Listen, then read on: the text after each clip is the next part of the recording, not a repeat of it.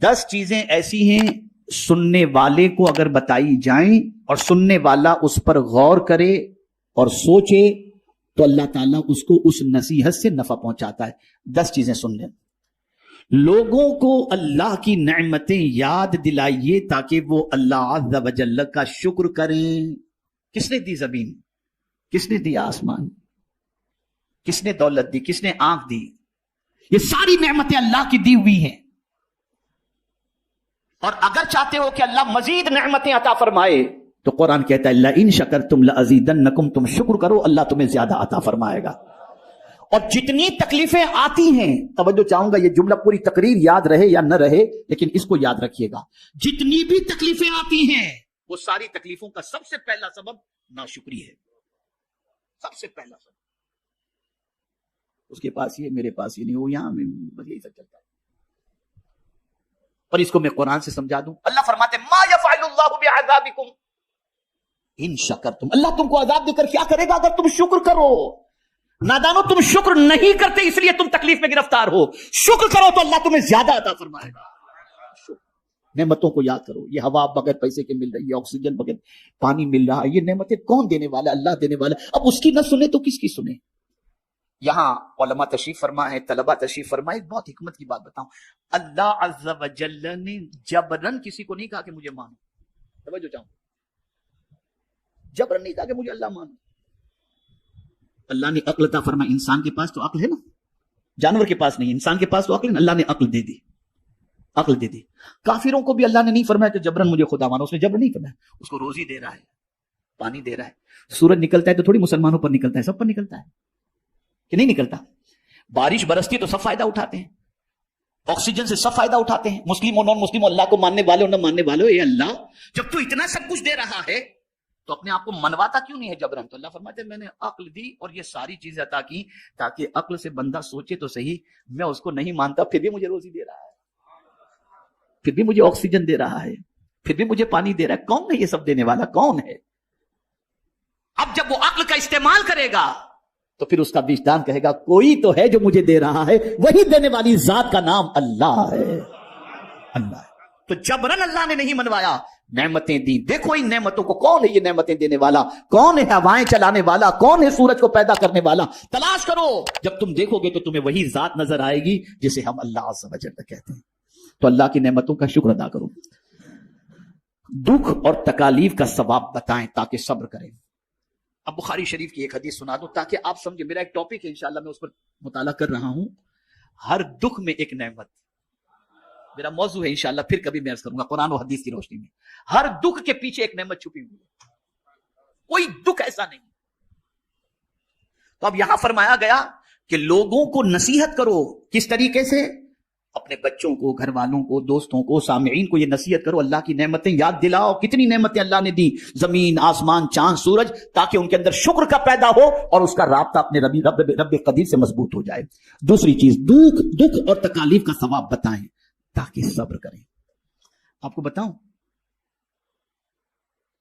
یہ ہماری سوچ ہے کہ تکلیف اس کو آتی ہے جس سے اللہ ناراض ہوتا ہے، اور میں بخاری شریف کی حدیث پیش کر دوں۔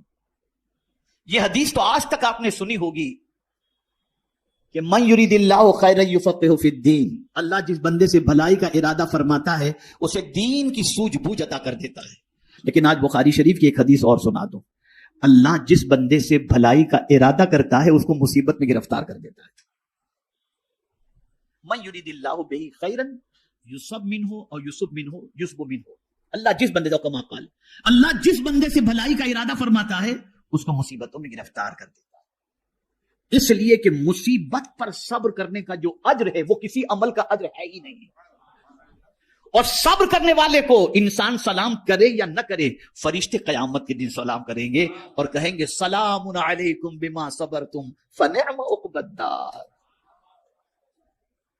تو دکھ میں انسان مایوس ہو جاتا ہے، اسے بتاؤ کہ دکھ اور تکلیف میں صبر کرنے پر اللہ نے کتنا اجر رکھا ہے۔ تیسری چیز، گناہوں کی سزا اور عذاب سنائیں تاکہ گناہوں سے باز آ جائیں اور ان سے توبہ کریں۔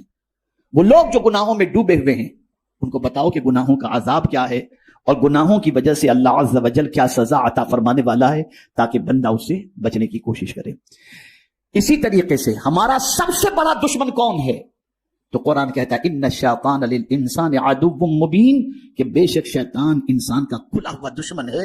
اب اس کے مکر و فریب، اس کی چال، اس کی عیاری، اس کی مکاری یہ بتاؤ تاکہ لوگ اس کے مکر سے بچیں. تو فرمایا گیا شیطان کے مکر و فریب بتائیں تاکہ اس سے ڈر کر کے بچ جائیں. میرے پیارے آقا صلی اللہ علیہ وسلم کے پیارے دیوانوں، اسی طریقے سے انسان کا دل سخت ہونے کی ایک سب سے بڑی وجہ یہ بتائی گئی دنیا کی محبت.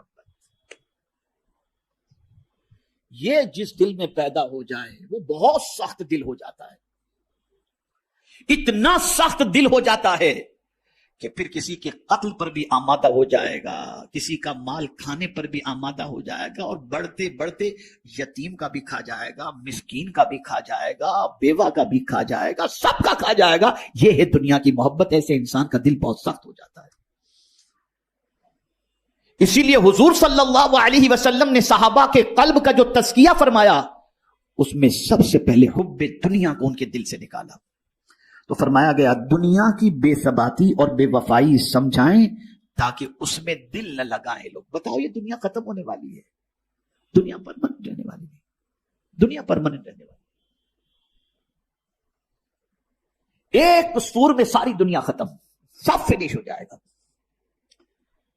اب یہاں یہ جملہ یاد رکھیے گا علماء، خاص طور پر میں گزارش کروں گا توجہ کے ساتھ، اور طلبہ بھی یاد رکھیں گے تو بڑا فائدہ ہوگا. زندگی بھر اسے اپنی کتاب کے اندر نوٹ کر کے رکھیں. عقل مند وہ ہے جو فنا ہونے والے سے محبت کرنے کی بجائے باقی رہنے والے سے محبت کرے. دنیا فنا ہو جائے گی، خدا باقی رہنے والا ہے. جو باقی رہنے والا ہے اس سے محبت کرو. اسی لیے مومن کی تعریف اور مومن کی کیفیت قرآن نے بیان کی. والذین آمنوا اشد حبا للہ، جو ایمان والا ہوگا وہ اللہ سے ٹوٹ کر محبت کرے گا، بے انتہا محبت کرے گا. اور یہ دنیا فنا ہونے والی ہے.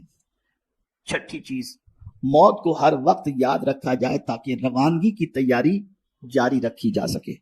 میں آپ کو یہاں پر بتاؤں، ابھی ایک پروگرام میں ہم گئے تھے، ایک ساتھی نے کہا حضرت آپ کا وقت اتنے بجے کا ہے، ٹریفک بہت زیادہ ہے، ہم تھوڑے تاخیر سے پہنچیں گے، لیٹ ہو جائیں گے. تو مجھے ایک آیت یاد آ گئی. اللہ کا شکر ہے بسا اوقات کوئی نہ کوئی آیت یاد آ جاتی ہے. تو میں نے ان سے کہا، میں نے کہا بھائی میں تو دنیا کے بارے میں تھوڑا سا سوچا تو ٹائم پر تو مجھے کوئی چیز نظر نہیں آئی، چاہے وہ فلائٹ ہو، چاہے ٹرین ہو، چاہے آدمی ہو، تھوڑا بہت تو پلس مائنس ہو جاتا ہے. میں نے جب قرآن پر غور کیا تو ایک ہی چیز مجھے ٹائم پر ملی. قاری صاحب، ایک ہی چیز مجھے ٹائم پر نظر آئی جو 1 منٹ پہلے بھی نہیں، 1 منٹ بعد بھی نہیں. اذا جاء اجلهم لا يستأخرون ساعة ولا يستقدمون. جب موت آتی ہے تو نہ 1 منٹ پہلے نہ 1 منٹ بعد میں، جب اس کا وقت مقرر ہے تب وہ آ جاتی ہے. تو ٹائم پر ایک ہی چیز ہے، باقی کوئی چیز ٹائم پر نہیں. 1000 باڈی گارڈ رکھ لو، 1000 بلیٹ پروف جیکٹ پہن لو، لیکن دنیا کی واحد سچائی یہ ہے کہ موت سے کوئی بچ نہیں سکتا. اور یہ جملہ بھی بڑا میرا مقبول ہوا تھا کہ ہم نے بہت کچھ جمع کر کے رکھا، لیکن قدرت کا قانون یہ ہے یا دے کے مرو یا چھوڑ کے مرو، لے جانے کچھ بھی نہیں ملے گا. بہت کچھ جمع کر کے رکھا ہے نا، یا دے دو مرنے سے پہلے یا چھوڑ دو. ہاتھ میں انگوٹھی بھی پہنے ہو تو لوگ کاٹ کے نکال لیں گے، لے کے نہیں جا سکتے کچھ بھی. یہاں سے پتا چلا ہمارا کچھ ہے ہی نہیں. جسے ہم کہتے ہیں کہ یہ ہمارا ہے، ہمارا کچھ نہیں ہے. فلسفہ سمجھ لو، یہ اللہ نے استعمال کرنے کے لیے دیا ہے. جب تک وہ چاہے گا تم استعمال کرو گے، پھر یہ کسی اور کو دے دے گا. اسی لیے اس کا قانون ہے دے کے مرو یا چھوڑ کے مرو، لے جانے کچھ بھی نہیں ملے گا، کچھ بھی لے جانے نہیں ملے گا. اور موت کا وقت کسی کو نہیں معلوم. تو دل کی سختی کو دور کرنے اور نصیحت کو حاصل کرنے کے سلسلے میں موت کا تذکرہ لوگوں کو بتایا جائے اور موت کو ہر وقت یاد رکھنے کی تاکید کی جائے.